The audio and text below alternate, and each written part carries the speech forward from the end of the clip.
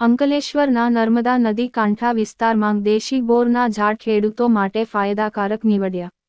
બરાબર દેશી બોર ગુણકારી તેમજ બિસ્કિટ માંગ ફ્લેવર તરીકે ઉપયોગી. બરાબર ભરૂચ, સુરત અને મુંબઈ માંગ દેશી બોરની માંગ. ઉનાળાના પ્રારંભથી જ દેશી ફળ તરીકે જાણીતા બોરનો પાક લોક જીભે ચઢે છે. અંકલેશ્વર તાલુકાના નર્મદા કાંઠા વિસ્તારમાં ખેતરમાં અસંખ્ય દેશી બોરડીના ઝાડ ખેડૂતો માટે ફાયદાકારક નીવડ્યા છે. વર્ષો જૂના દેશી બોરડીના ઝાડ પર વિપુલ પ્રમાણમાં બોરનો પાક આવતો હોવાથી ખેડૂતો ઓછી મહેનતે વધુ નફો મેળવી રહ્યા છે. કહેવાય છે કે દેશી બોરની પૌષ્ટિકતા ઘણી છે, આરોગ્ય માટે ગુણકારી તેમજ બિસ્કિટ માંગ ઉપયોગી થાય છે. અંકલેશ્વર તાલુકાના નર્મદા નદીના કાંઠા વિસ્તારમાં ખેડૂતોએ પોતાના ખેતરમાં વર્ષો જૂના બોરડીના ઝાડ સાચવી રાખ્યા છે. દર વર્ષે ઉનાળાના પ્રારંભે દેશી બોરનો મબલક પાક આવે છે.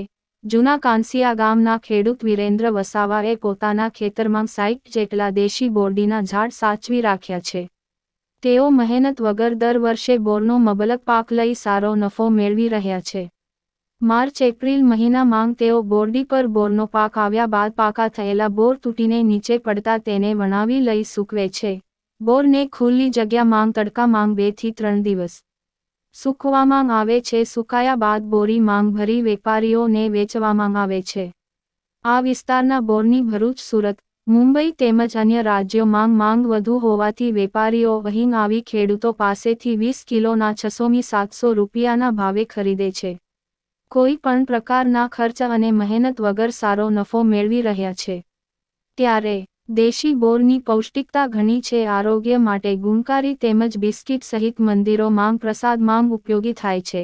હાલમાં હાઇબ્રિડ સહિતના વિવિધ જાતિના બોરનું વાવેતર વધતા હવે દેશી બોર નજરઅંદાજ થઈ રહ્યા છે, પરંતુ દેશી બોરની પૌષ્ટિકતાને આ ખેડૂતોએ જાળવી રાખી છે.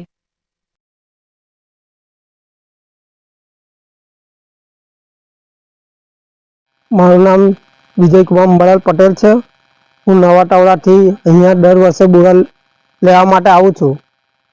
આ જૂના કાંસિયા ગામમાં બોર માર્ચથી એપ્રિલ મહિનામાં ચાલુ થાય છે.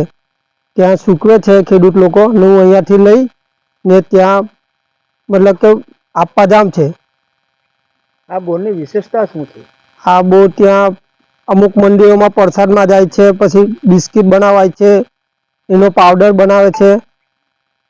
ના બોરના હમણાં ભાવ શું આવે છે? આ બોર લગભગ અહીંયાથી 20 કિલોના 700 થી 800 રૂપિયા આપીને લઈ જાઉં છું. ત્યાં મને 100-200 રૂપિયા મળે છે, એ પ્રમાણે હું ત્યાં વેચું છું.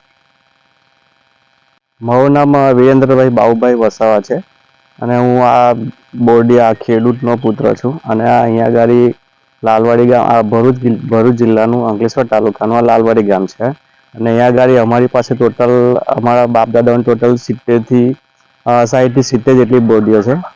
અને એ માર્ચ મહિના પછી એની સિઝન ચાલુ થઈ જાય છે. મતલબ એ પૂરી રીતે માર્ચ-એપ્રિલમાં પૂરેપૂરા પાકી જાય છે બોર, અને મજદૂર કરાવીને અમે વણાવી લઈએ છીએ. અને વેપારી લેવા આવે છે તો 20 કિલોના લગભગ 600 થી 700 રૂપિયા આપીને એ લોકો લઈ જાય છે અહીંયાથી. આમાં તમે બોરની વિશેષતામાં શું છે?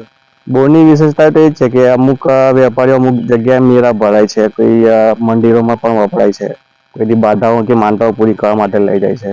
બીજી વિશેષતા તો એ છે કે એના બિસ્કિટ બનાવે છે, પછી ગ્લુકોઝના પાવડર બનાવે છે, બીજી ઘણી બધી વેરાયટીઓ બનાવે છે. મારું નામ છે નગીનભાઈ લલ્લુભાઈ વસાવા. અમે રહેવાસી કાંસિયા ગામ, જૂના કાંસિયા ના રહેવાસી. ખેતરમાં રહીએ. બોરીના ઝાડ આવે છે એને સુરત, બારડોલી, નવસારી, વાપી, બોમ્બે લગીના અમારા બોર જાય છે.